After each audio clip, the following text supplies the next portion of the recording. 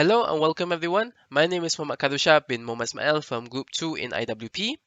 And in this video, we will be talking about the looping structures that are being used all throughout JavaScript. So that includes the for loop, the while loop, and also the do while loop. So in my part of the video, I will be explaining about the for loops, how they are defined in the code, give some sample outputs and sample codes for better understanding about the for loop structure. So without further ado, let's get straight ahead into the explanation. So what are loop structures? Loops are basically blocks of code that are executed repeatedly for a given period of cycles or loops. But how do we know how many times these loops are executed for? Now that is set by us, the programmer.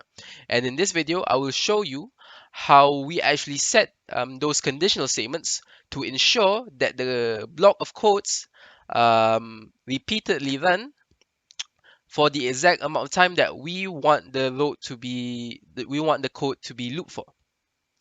Okay, so here we go for the definition of the for loops.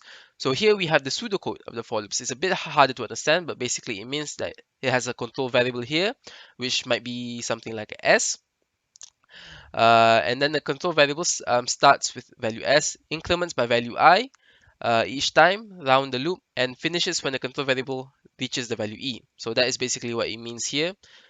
So the statement here will be looped until the s equals to e. This is a bit harder to understand as this is the pseudocode. So here we go for the syntax definitions that are being used in JavaScript. So here we can see the for loop and then the statement right here. So what are these three things that are needed in the for loop? So the first one is actually the declaration of the counter variable. So here we set the counter variable as I, and the counter variable will equal to s, the beginning point. Now that s could mean anything. It could be 0, it could be 1, it could be anything. It's just the starting point of the counter variable. Now the second one is actually the conditional statement. The loop will only loop if the counter variable I, in this case, is less than the condition, which is e. So that means that if here I, basically like 0 or 10, whatever, right, will only execute if it is smaller than e, which we can say is example like 10. So if I ever goes above 10 or equals to 10, then the looping structure for this for loop will exit. So it will no longer loop. All right. And the final thing that we have to keep in mind is the increment. So here we set the increment as I++ or I plus 1. We can set the increment as a lot of things. We can say as I++, which increments for one time, I plus equals 2, which will increment it by 2 times, or we can put it as I minus minus, which will make it so that it will actually subtract the original counter variable by 1. And that's basically the looping structure. It goes through these phases. So create the variable, make sure that the variable is less than the condition, and then increment the variable. And then in here, we just execute the statement based on how many time the loop is going for. Okay. And here are the comparison operators that can be used for this thing right here. We don't usually use equals to or this because if we use this, then it means that the looping will only execute for one time because increments, right? So we usually use greater than or less than, or usually this or this. So with that out of the way, let me go ahead and show you the sample codes that I have prepared. So this is the first sample code that I have prepared. It's a basic for loop. So here we have the HTML, and here we have the JavaScript based in this script here right now. So we first declare an array called fruits, and it stores three things: apple, banana, and orange. And then we create the counter variable. Now the counter variable can actually be created outside the for loop or inside here. It doesn't matter. But if we were to create inside the for loop, we have to declare it right here, var I equals to 0. But seeing as how we already created it outside, we don't need to do that. So again, as I said before, we declare the base value of the counter variable, and then make sure that the counter variable does not exceed this number, which is flutes.length, which is the what's it called size of the flutes array. So it will execute the code as long as I is not bigger than the flutes array length, which in this case is 3. So as soon as I is equals to 3 or bigger than that, the looping structure will end and will exit out the for loop. Okay. And then here we have the increment I++. Every time the for loop goes a cycle, the I counter variable will increase by 1. So here we have the document that right, the fruits name plus the fruits, which here I, which right now is 0, will go for apple, and then the second one, the fruits name, fruits. Now the I has been incremented in this loop, so it will now become 1, and 1 now will show banana, and then it loops again, and then the I has been incremented again, and then it will show orange. Okay. Yeah, and that's basically that. So I will show you the sample output.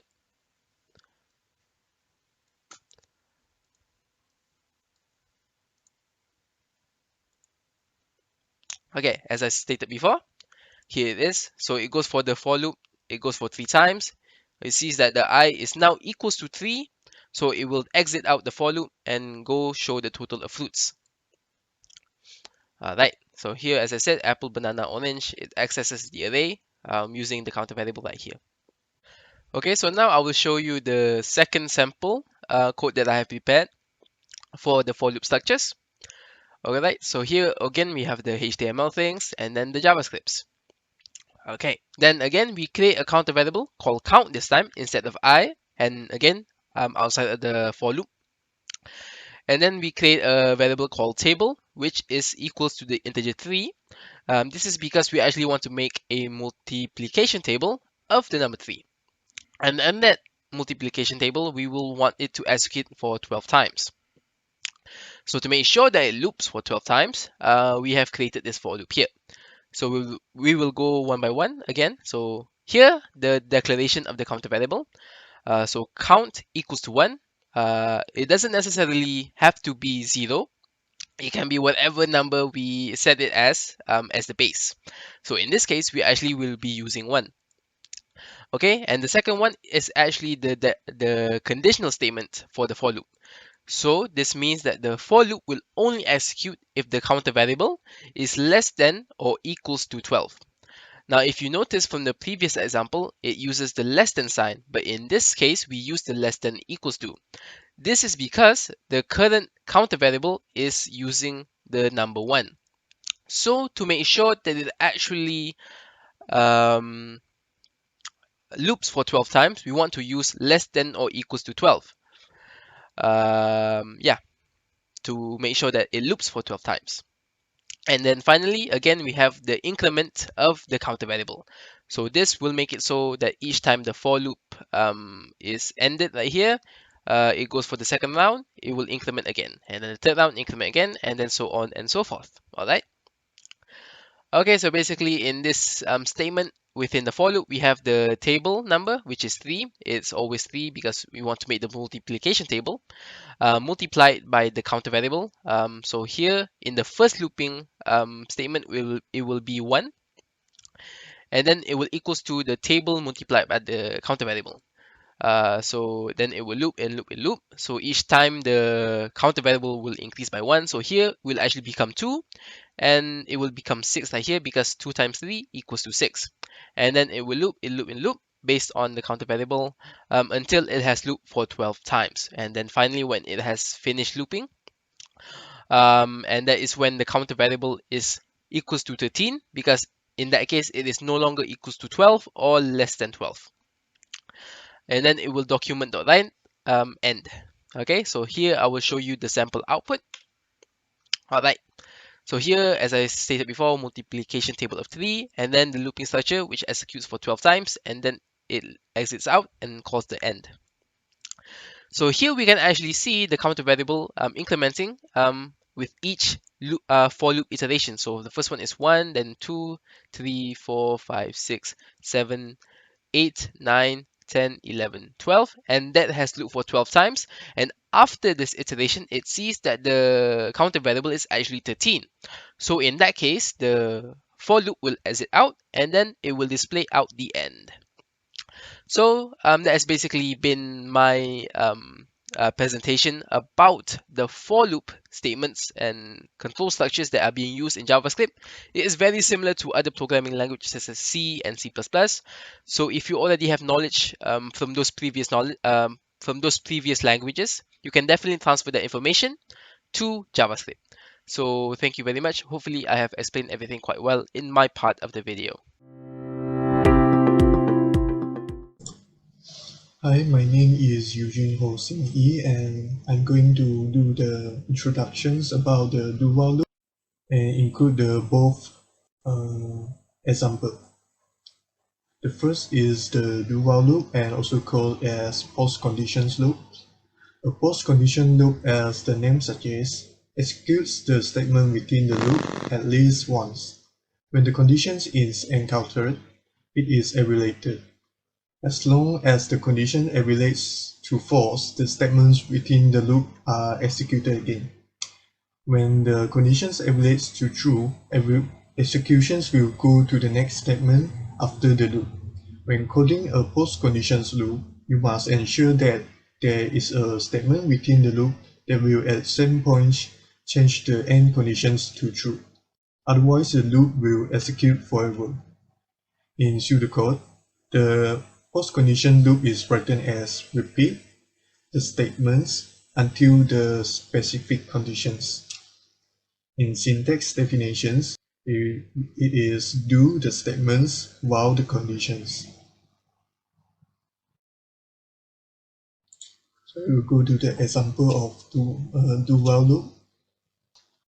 We will ask the user to key in the length, width, and height to calculate the volume of cuboid.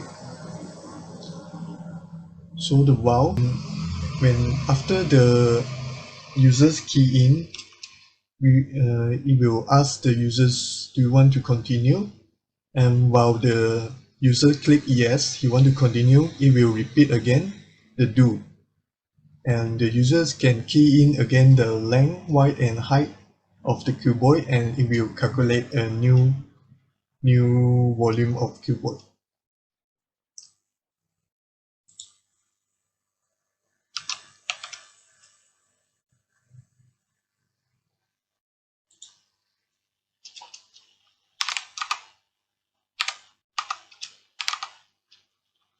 After he shows the volume of cuboid, and okay, it will ask you, do you want to continue?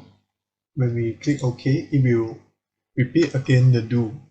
So we can key in again the length, width, and height again to calculate the volume. While loop, also called as a preconditions loop.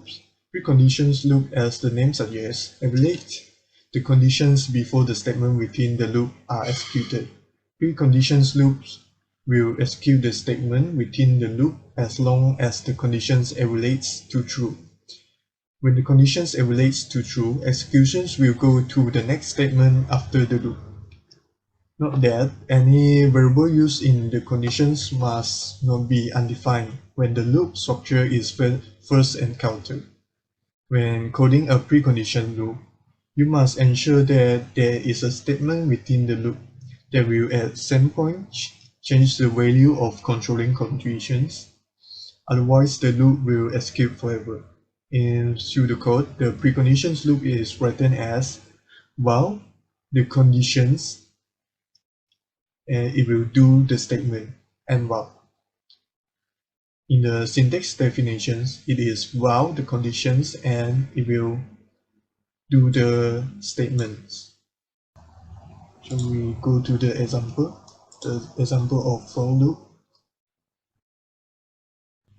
In this for loop, it is an example to guess a number between 0 to 9, and between the 0 to 9 is a random number. If the number that user key in is not equals to the random number as given, then it will shows wrong and you need to guess again until the users key in the correct random number, and it will shows congratulations, you guessed it right. This is a while loop, so I will guess from 0, 1, 1.